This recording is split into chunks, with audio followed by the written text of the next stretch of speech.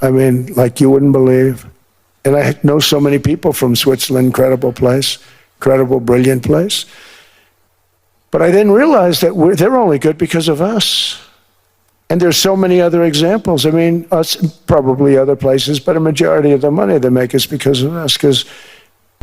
And then after the war, which we won it big. Without us, right now you'd all be speaking German and a little Japanese, perhaps. After the war, we gave Greenland back. All we want from Denmark for national and international security and to keep our very energetic and dangerous potential enemies at bay is this land on which we're going to build the greatest golden dome ever built. We're building a golden dome that's going to, just by its very nature, going to be defending Canada. Canada gets a lot of freebies from us, by the way. They should be grateful also, but they're not. I watched your Prime Minister yesterday. He wasn't so grateful. But they should be grateful to us. Canada lives because of the United States. Remember that, Mark, the next time you make your statements.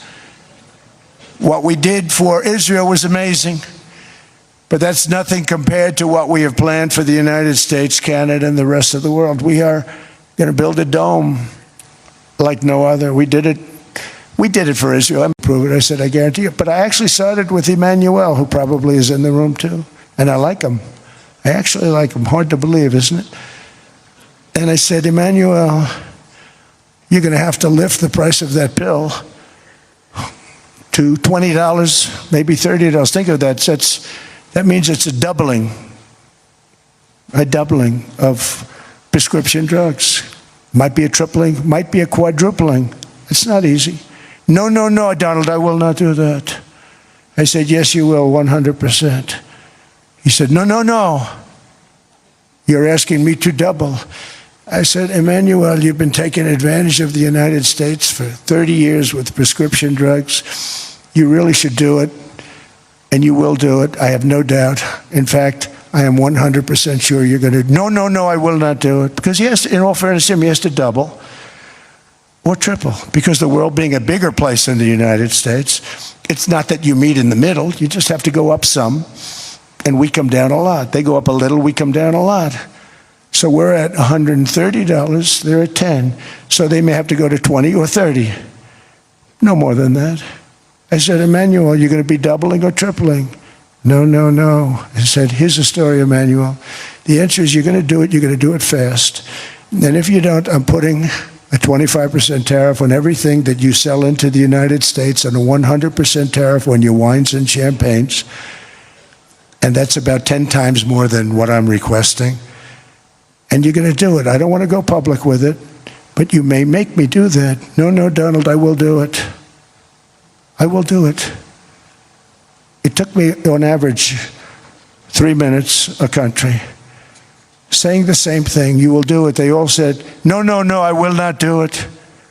You're asking me to double the cost of prescription. I said, that's right, because you've been screwing us for 30 years. Because of my landslide election victory, the United States avoided the catastrophic energy collapse which befell every European nation that pursued the Green New Scam, perhaps the greatest hoax in history. The Green New Scam, windmills all over the place, destroy your land. Every time that goes around, you lose $1,000. You're supposed to make money with energy, not lose money. Here in Europe, we've seen the fate that the radical left tried to impose on America. They tried very hard. Germany now generates 22% less electricity than it did in 2017.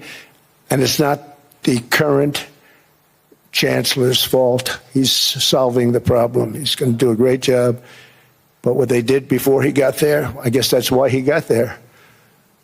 And electricity prices are 64% higher.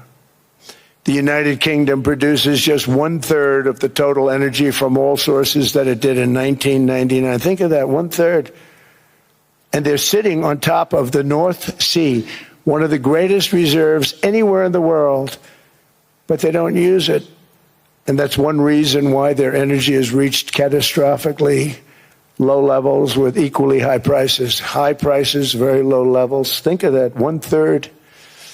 And you're sitting on top of the North Sea, and they like to say, well, you know, that's depleted. It's not depleted. It's got 500 years. They haven't even found the oil. The North Sea is incredible. They don't let anybody drill. Environmentally, they don't let them drill. They make it impossible for the oil companies to go. They take 92% of the revenues. So the oil companies say, we can't do it. They came to see me. Is there anything you can do? I want Europe to do great. I want UK to do great. They're sitting on one of the greatest energy sources in the world, and they don't use it. In fact, their electricity prices have soared 139%. There are windmills all over Europe. There are windmills all over the place, and they are losers. One thing I've noticed is that the more windmills a country has, the more money that country loses and the worse that country is doing. China makes almost all of the windmills, and yet I haven't been able to find any wind farms in China. Did you ever think of that? It's a good way of looking at it. They're smart. China's very smart. They make them, they sell them for a fortune. They sell them to the stupid people that buy them, but they don't use them themselves.